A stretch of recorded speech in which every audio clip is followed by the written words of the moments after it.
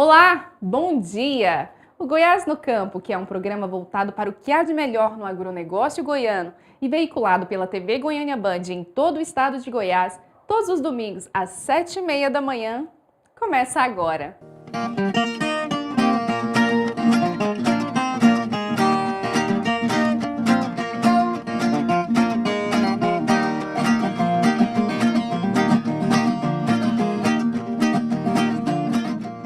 No Goiás no Campo de hoje, você vai poder conferir. Tecnoshow realiza a 13ª Feira Agrícola com presença de diversas autoridades que falaram de incentivos e melhorias para o setor e também a importância do desenvolvimento tecnológico para o agronegócio. Gado Nelore, selecionado por pesquisadores da Embrapa, chegam à avaliação final do teste de desempenho de touros jovens. As plantas do Cerrado também são destaques no programa de hoje. O produtor de São Miguel do Passa Quatro cultiva frutos do cerrado junto a produtos que fazem parte da agricultura convencional. Orquidófilo dá dicas de cultivo e cuidados com as famosas orquídeas. A 13ª edição da Tecnoshow Comigo, a maior feira agrícola do centro-oeste goiano, começou segunda-feira, dia 7, e foi até o dia 11, em Rio Verde, no sudoeste goiano. A expectativa é de público superior a 90 mil visitantes. A tecnologia também pode ajudar na garantia de renda do produtor rural. Em Rio Verde aconteceu a Tecnoshow Comigo, a maior feira agrícola do Centro-Oeste, com a participação de mais de 500 empresas. A geração de negócios deve ultrapassar a R$1 bilhão durante os 5 dias de evento. O evento ele é focado principalmente para levar informação ao produtor, para que ele tenha renda. Certo? Não tem atividade que não se desenvolve, não se sustenta sem renda. Então, todas essas tecnologias que são apresentadas aqui, o objetivo é esse: o produtor conseguir captar todas essas informações e ser trabalhada na sua propriedade para poder melhorar a produtividade, automaticamente diminuindo o custo e melhorando a renda. Na abertura estiveram presentes várias autoridades, dentre elas o ministro da Agricultura, Pecuária e Abastecimento, Neri Geller, do governador de Goiás, Marconi Perillo, e outras autoridades. Na ocasião, se destacou a questão da crise energética e dos prejuízos que os produtores têm tido em função da falta de energia, que para solucionar esse problema, o ministro da Agricultura manifestou o apoio ao governo do estado. Nós sabemos que tem problema, eu me coloquei à disposição do governador, que tem compromisso em resolver essa questão energética, até porque nós temos hoje programas de irrigação muito fortes para o Centro-Oeste, tendo em vista que nós temos na época da seca a possibilidade de produzir feijão, de outras culturas que vão inclusive para a cesta básica da sociedade urbana. Eu já me coloquei à disposição e vou fazer gestão muito forte na Casa Civil para que convirja num acordo entre o Estado e o governo federal e resolver a questão energética, que é muito importante para o Centro-Oeste brasileiro. As linhas de créditos para ampliação da produção do produtor rural também foi colocada em pauta. Mais de R$136 bilhões foram disponibilizados para o produtor, pelo Plano Safra, com taxas de juros mais baixas e equalizadas pelo Tesouro Nacional. Desses 136 bilhões, 108 bilhões já foram acessados. Principalmente no programa de armazenagem, que é um programa importante, no programa de irrigação e também no Pronamp, que é para o médio produtor. São tanto taxas de juro para o custeio e também para o investimento. No PSI, que é a aquisição de maquinários, que é essa bela feira, foram disponibilizados 6 bilhões e já foram acessados pelos produtores 9 bilhões. O evento foi muito organizado, os estandes bem estruturados, tudo muito limpo. Por onde os visitantes passavam, ali estavam elas, as belas flores colorindo os jardins e dando mais vida e beleza para o local. A evolução da feira, que é realizada desde 2002, foi um dos pontos que foram destacados pelo governador Marconi Perillo. Para mim, particularmente, é uma alegria voltar aqui, mais uma vez, já que eu estive na primeira edição da Tecnoshow em 2001. E de lá para cá a Tecnoshow só evoluiu, só melhorou e hoje é uma grande vitrine de Rio Verde, de Goiás, para todo o Brasil. Goiás é um dos estados que tem se destacado bastante no cenário do agronegócio nacional e no quesito investimento em novas tecnologias para esse segmento. O governador do estado destaca a importância do desenvolvimento tecnológico para o setor. A agricultura brasileira avançou demais nas últimas décadas, graças à incorporação de novas tecnologias no campo, na agricultura, na pecuária. E o que nós vemos aqui hoje é uma feira voltada para as novas tecnologias. O presidente da Federação da Agricultura e Pecuária de Goiás, que também esteve presente na feira, destacou o setor do agronegócio como um dos mais modernos da economia brasileira em relação a tecnologias, com uma evolução gradativa. 50% de tudo que a gente produz é consumido no mercado interno e 50% é exportado para outros países. A Tecnoshow comigo demonstra exatamente isso, ao contrário de um outro Brasil que está há mais de 30 anos atrasado, que é o Brasil da infraestrutura, que é o Brasil dos portos, que é o Brasil das ferrovias, das hidrovias, das rodovias, enfim, que não avançou, não teve o mesmo compasso. Então, portanto, a Tecnoshow comigo mostra também exatamente os lados totalmente ao contrário, um setor evoluído e um Brasil que não avançou. E nós em Goiás com o problema mais sério e local, que é o da Celg, né? Hoje, se a gente pedir para certas pessoas se elas preferem uma lamparina muito bem arrumada a uma energia da Celg, sem dúvida nenhuma, muitos vão escolher a lamparina porque ela não deixa ninguém na mão. A lamparina bem conservadinha, ela mantém ali a sua luminosidade, faz o seu trabalho. E a Celg deixa a energia da Celg, deixa o consumidor, deixa a dona de casa e principalmente o produtor rural todos os dias na mão. E vamos conferir o preço dos grãos. Arroz em casca, R$ 38,00. Algodão em pluma, R$ 66,95. Milho, R$ 24,61. Soja, R$ 59,67. Feijão carioca, R$ 131,67. E no próximo bloco vocês vão poder acompanhar como foi feita a avaliação final do teste de desempenho de touros jovens da Embrapa.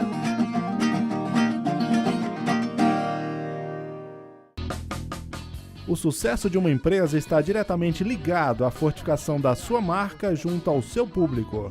Criar um bom produto, prestar um bom serviço, ter qualidade e fazer bem feito é a nossa missão. Por isso somos apaixonados pelo que fazemos. Somos mais que uma agência, uma grande parceira. A G1 Comunicação Integrada. Acesse nosso site ag1comunicaçãointegrada.com.br. Estúdio e produtora Aba Music. Gravação e produção musical, jingles, vinhetas, spot para comerciais, programete para rádio, duplicação de CD e DVDs. Estúdio e produtora Aba Music.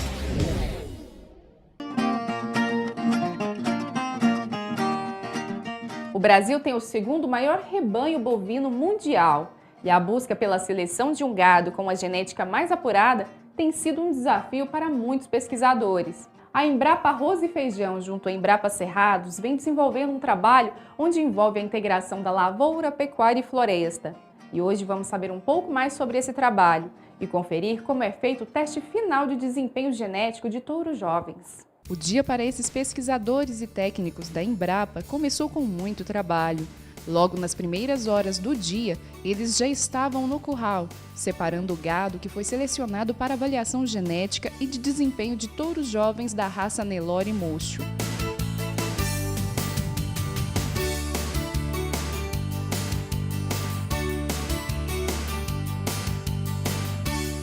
No encerramento do teste de desempenho, 98 animais foram pré-selecionados nas propriedades e vão direto para a fazenda da Embrapa Arroz e Feijão, no município de Santo Antônio de Goiás, onde ficarão por um período de 284 dias, passando por avaliações diárias. Essa é a avaliação final, onde a gente vai ver o desempenho desses animais durante todo o período.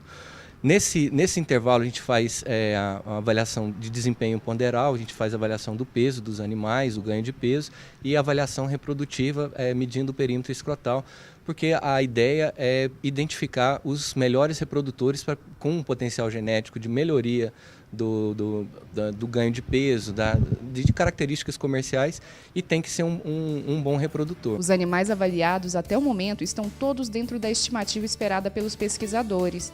Esse touro, por exemplo, o peso dele é de 452 quilos, com um perímetro escrotal de 26 centímetros. Esse é um dos animais que está entre os que são considerados acima da média. E os melhores irão a leilão. Após a avaliação de peso e perímetro escrotal, será feita a avaliação fenotípica. Da aparência externa do animal, faz uma avaliação racial, uma avaliação de conformação, uma avaliação de tipo, uma avaliação de aprumo racial, de caracteres sexuais, uma avaliação completa do fenótipo do animal, privilegiando tanto as características raciais, que o animal ele tem que ter característica racial bem determinada, quanto as características econômicas e comerciais importantes. Para o veterinário, a vantagem de um produtor comprar um animal avaliado é que ele já conhece parte das características que o próprio animal tem. Espera-se que parte dessa genética que o animal expressa se consiga transmitir para os seus descendentes. A avaliação genética e outras avaliações mais podem indicar animais diferentes para um mesmo rebanho. Alguns com ganho de peso maior, outros com característica racial melhor, outros com aprumos mais desenvoltos e outros já com habilidades maternas.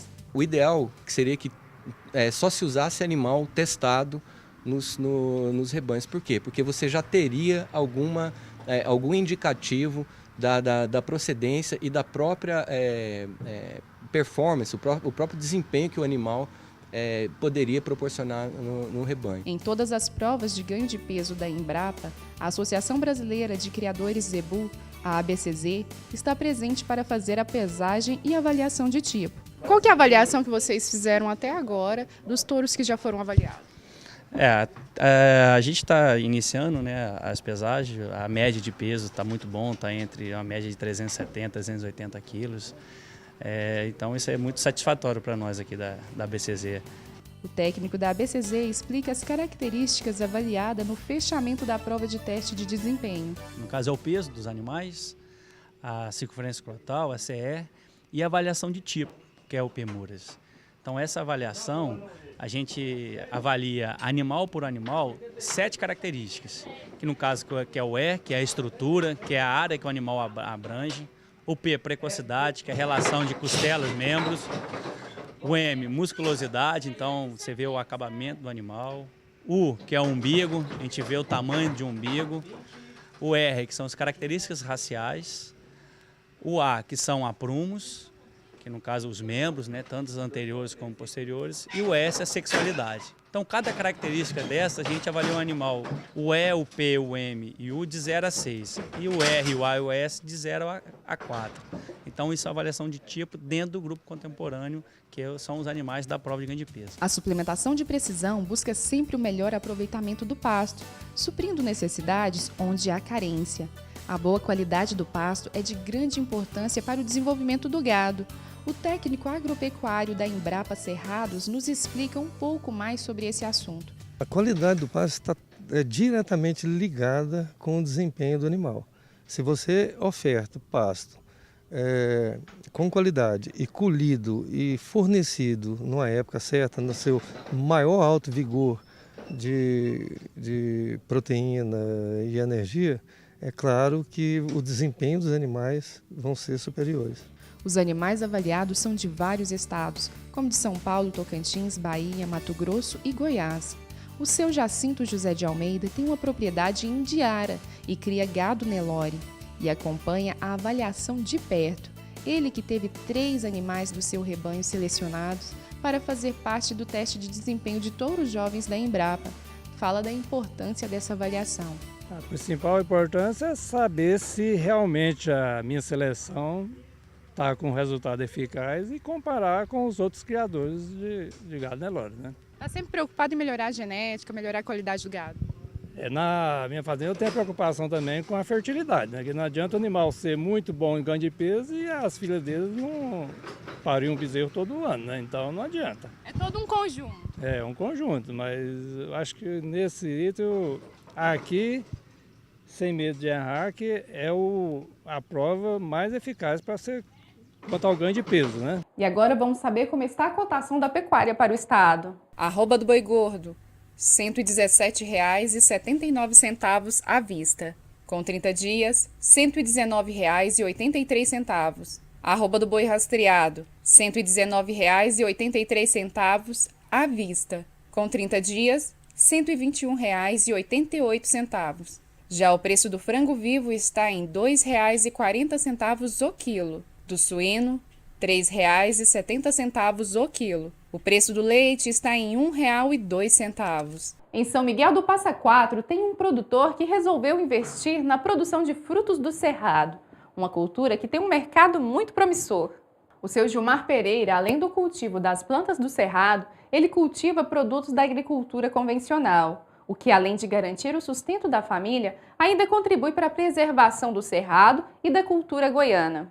No sítio do seu Gilmar Pereira, em São Miguel do Passa Quatro, há 2 anos ele plantou as primeiras mudas de plantas do cerrado e tem cultivado no sistema agroflorestal. Antes, no espaço de 1 hectare, onde são cultivados os frutos dos cerrados de diversas espécies e atualmente a plantação de mandioca, o produtor plantava capim braquiária. Ele explica o motivo pelo qual escolheu esse tipo de cultura. Aqui nessa área, era uma área de braquiária bem degradada, e aí eu fiz um curso em Vianópolis de frutos do cerrado em 2008. E aí eu fiquei muito interessado, porque quando eu era menino eu andava muito no cerrado e comia as frutas do cerrado, gostei. E aí, através da Emater, que eu fiz o curso de assistência técnica, a gente resolveu fazer 1 hectare de fruteiras do cerrado. Hoje algumas plantas já estão produzindo e o seu Gilmar cultiva uma quantidade bem variada de frutas. O cajuzinho, o murici, o bacupari, mamacadela produziu com 2 anos. Você pode ver que já tem frutas, né?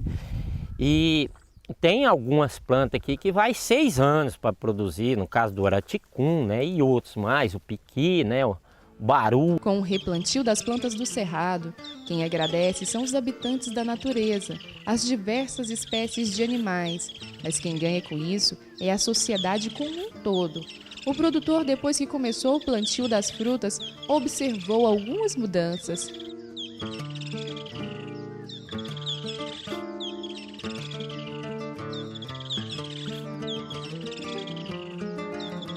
Já apareceu o passarinho, já nasceu mudas nativas aqui dentro da área, então os meus filhos não conheciam essas fruteiras, meus netos, então a gente plantou pensando nessa geração dos meus filhos, dos meus netos, que é um pingo d'água no mar, mas está ajudando, né, a natureza, né? O seu Gilmar planta junto às mudas do cerrado plantações de guariroba, que retira com 4 ou 5 anos, e mandioca que só no primeiro ano colheu 15 toneladas. Tem umas partes aí que eu replantei de novo, tá aí a mandioca, viu?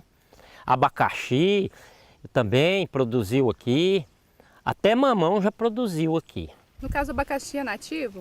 Eu tenho o ananás, que é um abacaxi nativo do Brasil, né? E tem o abacaxi de comércio, né? O abacaxi pérola tem aqui também, esse eu plantei. Para o produtor, o custo de plantio foi baixo em relação ao benefício. No primeiro ano eu gastei mais, porque foi umas 6 capinas que eu dei aqui por causa da braquiária, né? Depois eu gastei mesmo.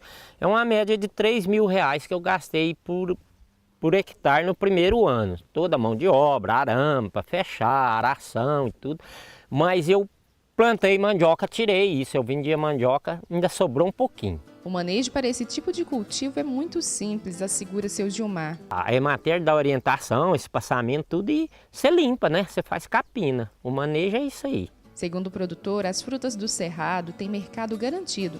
A procura é bem significativa de comerciantes do segmento. O pessoal compra as frutas para fazer sorvete, tem Brasília também, né? Então já tem procura, tem então, procura, já. tem procura. Você está esperando o momento certo para poder colher. O momento certo para colher, né? Hoje a procura é muito grande, né? Pelo baru, pelo piqui, né? Pela polpa da gabiroba, do taperebá, que é o cajado cerrado, do cajuzinho. Então tem um mercado aberto, tanto para as indústrias de picolé, né, para sorvete, como in natura, para que possa ser apreciado. Plantas que são nativas do Cerrado, como a mangaba, hoje na região em que seu Gilmar tem a propriedade, não tem mais. Ele teve que plantar. Sem falar que a gente tem um banco aqui de semente dessas árvores, né? Porque está em extinção. O grão chegou na nossa região com tudo, né? A soja, o milho, o feijão, e foi acabando com o cerrado. Aqui nessa região era tudo cerrado, hoje você não vê cerrado mais aqui, né? O pessoal desmatou tudo. E para quem quer aprender a fazer a muda de plantas nativas do Cerrado, o produtor dá a dica. Pega uma terra de barranco, uma terra que não tem praga, não tem nada, mais ou menos 20 centímetros de profundidade, e enche o saquinho bem cheinho. E cada semente tem uma profundidade, você pôr ela no saquinho. Você tem que ter uma porcentagem de sol e sombra ao mesmo tempo, né? Um viveiro. E tem que ser observado que o saquinho tem que ficar bem aprumadinho e tem que irrigar todo dia, né?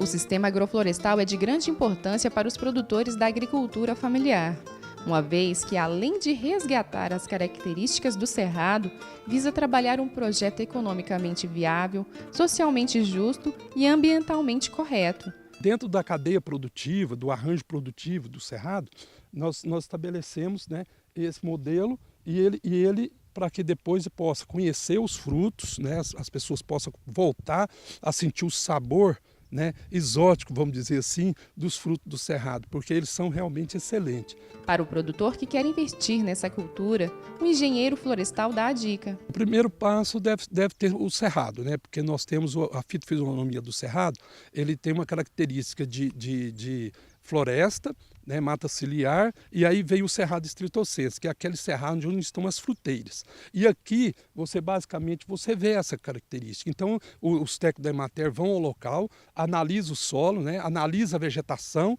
e vê a situação em que está, e a partir daí a gente faz o projeto para o produtor. Léo, e quais são os cuidados que o produtor deve ter com a plantação dessas? Bem, nós falamos sobre a limpeza, né, aquele processo. Como o produtor aqui nessa área, ele plantou mandioca e retirou para comercializar, né, o que acontece? O terreno ia ficar muito, muito limpo, vamos dizer assim, né, sem nenhuma contenção de erosão. Então, ele fez a opção, juntamente com a gente, de deixar a cobertura, como vocês estão vendo aí, para que possa passar esse final de período chuvoso e não acontecer a erosão. E no próximo bloco, um produtor de orquídeas vai dar algumas dicas de cultivos e cuidados dispensados à planta. Voltamos já!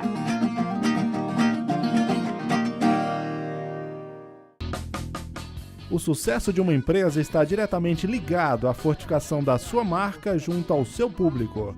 Criar um bom produto, prestar um bom serviço, ter qualidade e fazer bem feito é a nossa missão. Por isso somos apaixonados pelo que fazemos. Somos mais que uma agência, uma grande parceira. A G1 Comunicação Integrada. Acesse nosso site ag1comunicaçãointegrada.com.br. Estúdio e produtora Aba Music. Gravação e produção musical, jingles, vinhetas, spot para comerciais, programete para rádio, duplicação de CD e DVDs. Estúdio e produtora Aba Music.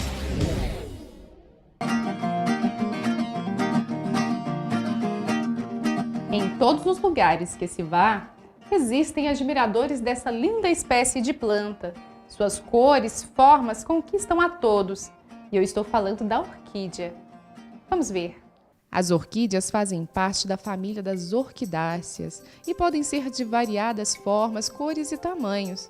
É muito importante fazer algumas observações antes de iniciar o cultivo da planta. Tem que pegar informação sobre a planta que ela está cultivando, ele vê qual região é melhor, se mais calor, mais umidade, luminosidade, se ele vai colocar em árvore, em vaso, né? Então ele precisa buscar essas informações. Tem que ver se ela é epífita, se ela é rupícola, se ela é terrestre, né? A partir daí você vai colocar o substrato ideal para estar cultivando essa planta, porque não adianta você colocar uma planta epífita na terra que ela não vai sobreviver. Uma planta epífita? Que vive sobre árvores, rupícola sobre pedras, Então, tudo isso é importante para a pessoa saber. O clima é um dos fatores que influenciam no desenvolvimento da planta. As temperaturas de 15 a 25 graus são consideradas o ideal. Se você pegar e tiver muito calor, a planta vai sentir mais e pode acontecer dela não sobreviver. Qualquer coisa você coloca um sombrite mais sombreado e tal, e aí você consegue cultivar até micro-orquídeas, que são plantinhas pequenas e com muita sensibilidade. E quais são os cuidados que tem que ter com uma orquídea dessa? Lugar mais sombreado e tem que adubar também. Adubar, jogar água. Você joga água aqui sempre com adubo. Você não pode esquecer adubo. Adubo é alimento para as plantas. Mas para que ela se mantenha sempre bonita e saudável, mesmo que seja simples e que não tenha nenhuma dificuldade no cultivo das orquídeas, é necessário que se tenha alguns cuidados.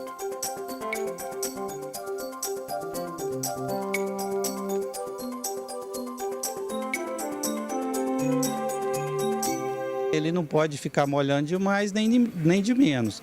Então ele tem que ver onde é melhor, se está muito calor, se não está. Se é inverno ele joga menos água, quando é calor ele joga mais água. E aí controlar isso aí, luminosidade, um monte de coisa que... mas não é difícil. Tá? Qual que é a importância do substrato para o cultivo da orquídea? Igual essas plantas assim que tá em vaso sem substrato, que são as vandas e as raízes dela ficam expostas. Então você joga água e adubo ela consegue pegar isso, porque na natureza ela vive em lugar de pântano, que tem muita umidade embaixo. Quando está florida, logo depois já tem que mudar essa planta aí de lugar. Tá, aí você vai, depois que ela começa a dar raiz nova, broto, você já vai passar um substrato. É importante fazer essa mudança? É importante. O substrato vai ficando velho, vai ficando ácido, então você tem que mudar. Isso de quanto em quanto tempo? Olha, isso de 3 em 3 anos. As orquídeas com coloração diferenciadas, como essa que tem a flor laranja, são mais raras e o preço pode variar de R$ 15 a R$ 200. A expectativa de vida de uma planta como essa pode chegar a 60 anos.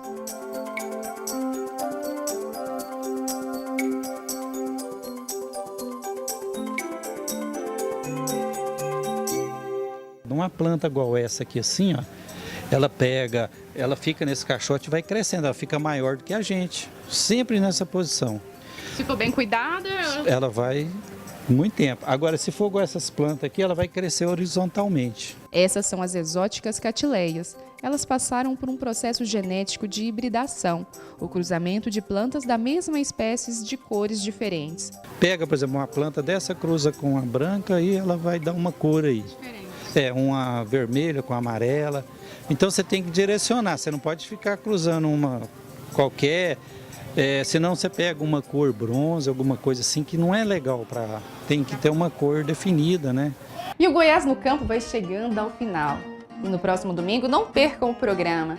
Será mostrado como é feita a ultrassonografia de carcaça, a segunda parte da avaliação final do teste de desempenho de touros jovens. E esse será um dos destaques. E você que quer rever alguma matéria, mande seu e-mail para a nossa produção, que é goiasnocampo@gmail.com, ou acesse as nossas redes sociais no Facebook e no YouTube, que temos muitas informações. E você, empresário que tem interesse em divulgar a sua empresa, a sua marca ou o seu produto, no Goiás no Campo você tem esse espaço. Para quem assiste, é entretenimento e boa informação. Para quem anuncia, é oportunidade de negócios e resultados certos. Entre em contato com o nosso departamento comercial, o nosso telefone está aí no vídeo. O meu muito obrigada a você que nos acompanha até agora. Uma semana abençoada, fiquem com Deus e até o próximo domingo nesse mesmo horário, às 7h30 da manhã, aqui na TV Goiânia Band.